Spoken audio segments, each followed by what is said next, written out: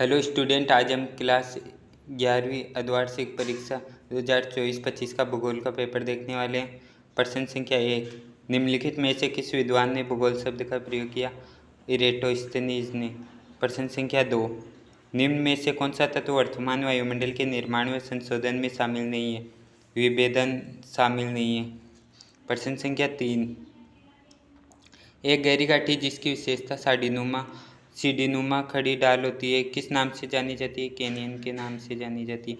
प्रश्न संख्या 4, मलबा अवसाद को किस श्रेणी में सम्मिलित किया जा सकता है? तिरुप्रवाही व्रत संचलन में शामिल किया जाता है। प्रश्न संख्या 5, निम्नलिखित यामोत्तर में से कौन सा भारत का मानक यामोत्तर है? 82° 30 पूर्वी यामोत्तर है। प्रश्न संख्या 6, अंडमान निकोबार को कौन सा जल क्षेत्र अलग करता है? 10 डिग्री चैनल। प्रश्न संख्या 7, भारत के कितने भूभाग पर 75 सेंटीमीटर से कम औसत वार्षिक वर्षा होती है? 1/3 भाग पर। प्रश्न संख्या 8, चंदन वन किस प्रकार के वन का उदाहरण है? ये पर्णपाती वन का उदाहरण है। प्रश्न संख्या 9, भारतीय मानक समय ग्रीनविच समय से 5.5 घंटे आगे है। ब्रह्मपुत्र नदी को बांग्लादेश में किस नाम से जाना जाता है? जमुना के नाम से जाना जाता है। प्रश्न संख्या 11, भारत में औसत वार्षिक वर्षा लगभग 125 सेमी होती है।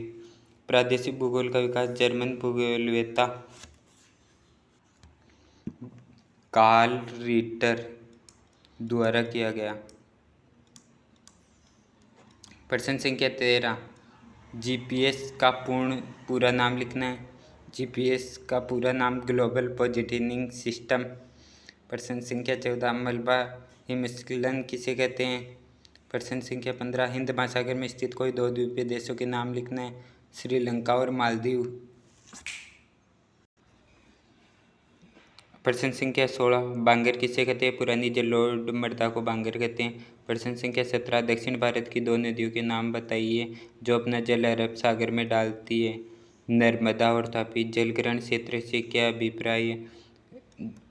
प्रश्न संख्या 19, मौसम से क्या अभिप्राय है? वायुमंडल में क्षणिक परिवर्तन को मौसम कहा जाता है। प्रश्न संख्या 20, उष्णकटिबंधीय सदाबहार वनों में मिलने वाली 2 वृक्ष प्रजातियों के नाम लिखिए। तो मोगनी और रोजवुड। प्रश्न संख्या 21, भारत में ठंडा मरुस्थल कहाँ स्थित है? इस क्षेत्र की मुख्य श्रेणियों के नाम बताइए। भारत में ठंडा मरुस्थल लद्दाख में स्थित है। इसकी 2 मुख्य श्रेणियाँ काराकोरम और लद्दाख श्रेणी। और प्रश्न संख्या 22, नदी द्रोणी और जल संभर में अंतर बताना है। प्रश्न संख्या 23, विभेदन प्रक्रिया से आप क्या समझते हैं? प्रश्न संख्या 24, भूकंपीय तरंगें छाया क्षेत्र कैसे बनाती है? प्रश्न संख्या 25, अपक्षय पृथ्वी पर जैव विविधता के लिए उत्तरदायी है कैसे? प्रश्न संख्या 26, घाटी रंध्र अथवा युवाला का विकास किस प्रकार से होता है? इसको बताना है।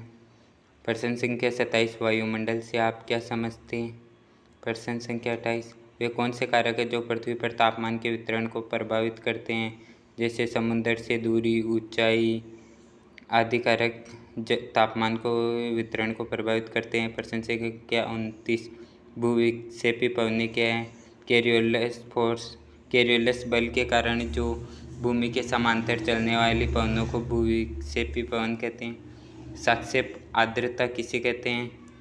फिर है लॉन्ग आंसर दीर्घ उत्तरीय प्रश्न। प्रश्न संख्या 31, ग्रीन हाउस गैसों से आप क्या समझते हैं? व्याख्या करना है। प्रतिबल क्या है? प्रति इकाई पर लगने वाले बल को प्रतिबल कहा जाता है। प्रश्न संख्या 33, मानसून विच्छेदन से क्या अभिप्राय है? प्रश्न संख्या 34, वन एवं वन्यजीव आरक्षण में लोगों की भागीदारी कैसे महत्वपूर्ण है? अथवा जीवमंडल निश्चय को विस्तार से समझाइए। प्रश्न संख्या 35, उत्तर भारतीय नदियों की महत्वपूर्ण विशेषताएं कि वे प्रायद्वीपीय नदियों से किस प्रकार भिन्न है? अथवा अरब सागर और बंगाल की खाड़ी में स्थित द्वीप समूह का तुलनात्मक वितरण करना है। प्रश्न संख्या 36, विश्व के मानचित्र पर निम्न को प्रदर्शित कीजिए। Tokyo, New York, Delhi, Colombo, Canberra, Sydney. ये था आपका पेपर।